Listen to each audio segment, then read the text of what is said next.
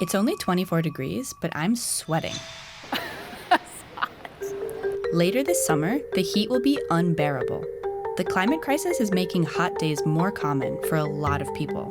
And it's getting dangerous, especially if you live in a city. There are plenty of ways to keep cool. But this is one you've probably never heard of. Climate shelters, like here in Barcelona. The city has created a massive network of places where people can go to escape the scorching summer heat. It's not only about comfort, but also about saving lives and reducing inequality. They're becoming a common part of dealing with hotter temperatures, and Barcelona is a city many look to for inspiration. I'm here to see how people are cooling down. Wow! What's not working, and what other cities can learn as our planet heats up. This map shows the Barcelona districts most vulnerable to heat waves. We're here, at the Museu Frederic Marès, a museum that's been turned into a climate shelter. I'm spending the day with Dr. Ana Terra Amorim Maya. Hi, nice to meet you, Amanda. A researcher at the Basque Center for Climate Change. Wow, it's super beautiful in here. Yeah, right? She did her PhD at the Autonomous University of Barcelona on the city's network of climate shelters. What actually is a climate shelter? Actually, they're just places that are open to any citizen who might need it in a situation of extreme heat or extreme cold. Why is that important for people to have a space like this in a city like Barcelona? So Barcelona is very densely populated, and many of the buildings don't really have good thermal insulation. So that means that when it's hot, it's very hot indoors, and when it's cold, it's very cold indoors. So then the city council decided to start adapting their existing public spaces. So right now, the city of Barcelona has 98% of their population within a 10-minute walk from a climate shelter in the city. There are over 350 of them spread around the city. They're open to the public and have to maintain an indoor temperature under 27 degrees Celsius. Located on the coast and pushed up against the mountains, Barcelona is far from the hottest city in Spain. Unlike those in other parts of the country, buildings here aren't designed for extreme heat. The city is an architectural soup of sorts, and limited space has meant that it's been built and rebuilt again and again. It used to be completely surrounded by a medieval wall, which got knocked down. Then it got its famous blocks as a response to poor living conditions of the city's working class. During Franco's rule, both social housing and unregulated buildings sprung up.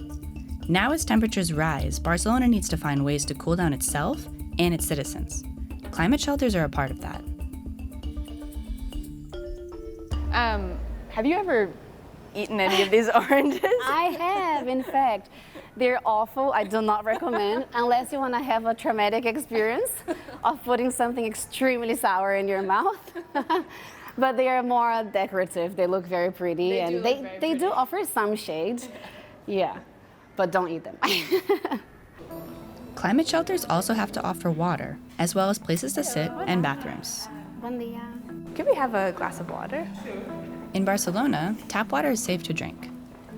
As much as you want, okay? Thank you. Yes. And the glass is for you. You can take it with you. Cheers.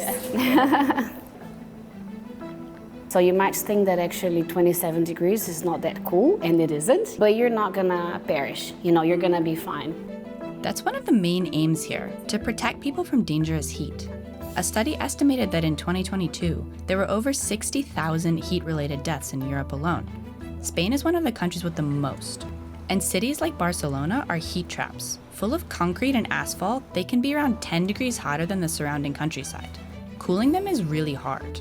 So a benefit of the shelters is that they can be easy to set up. So turning this into a climate shelter was really low cost. It was already cool inside, and all they had to do was designate a space for the public.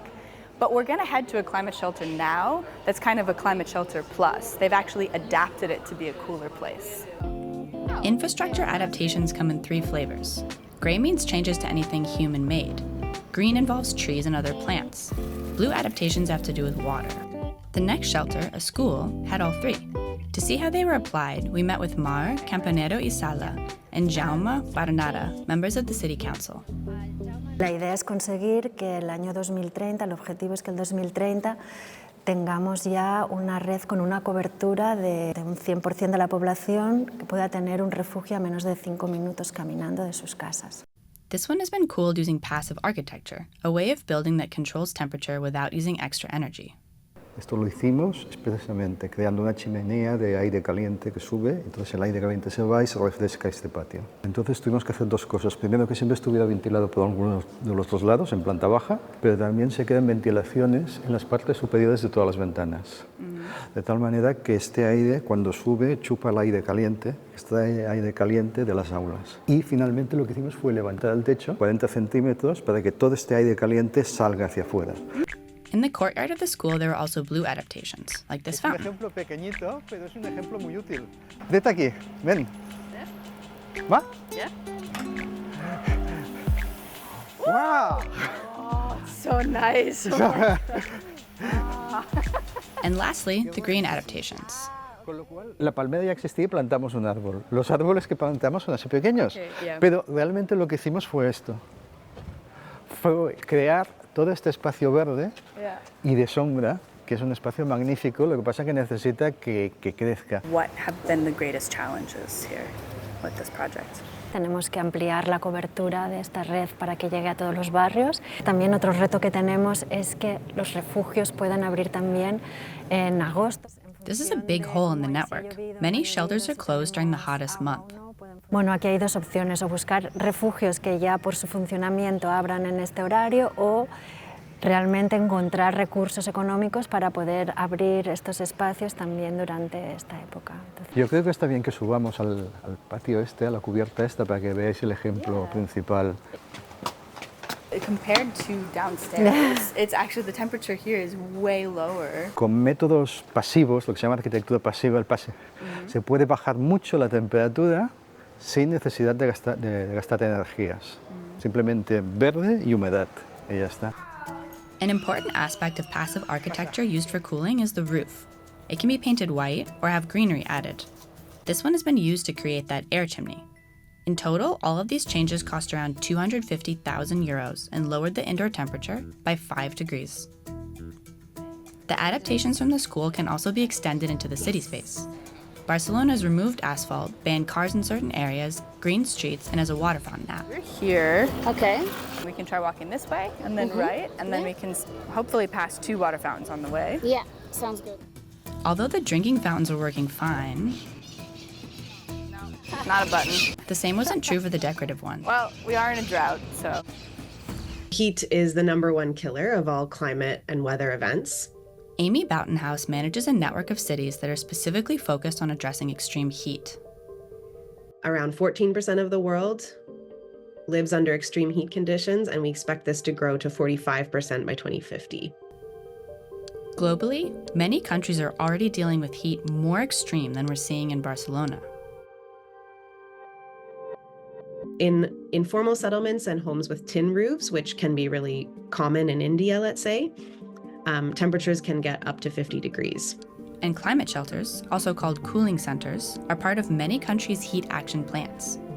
Other aspects include greening streets, installing drinking fountains, and cooling roofs, just like in Barcelona. But these plans must consider that some are more vulnerable than others.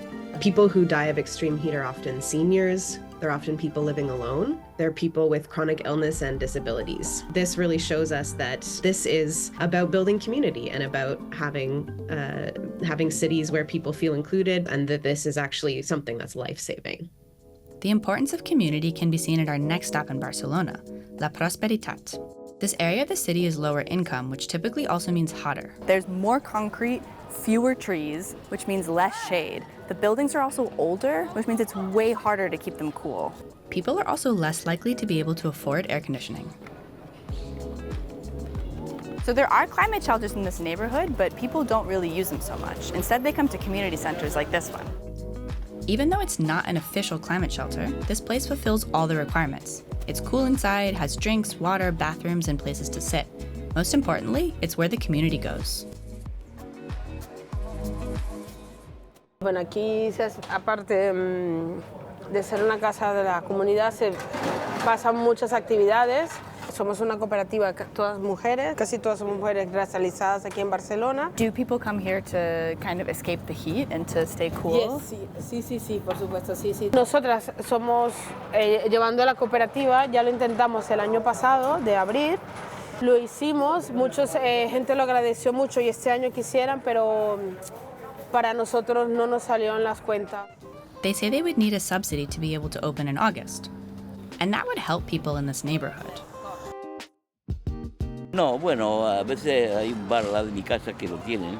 Bueno, tienen aire, voy allí, estoy bien y luego voy a casa. Es casa y bar, pero que se puede hacer también así, de esa manera. No les costaría nada. He escuchado, sí. No he estado todavía.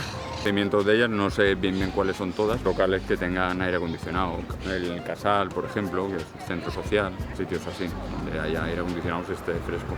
So what kind of improvements do you think that there could be to the climate shelter network?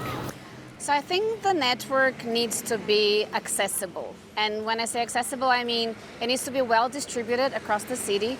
It needs to be accessible for people with disabilities.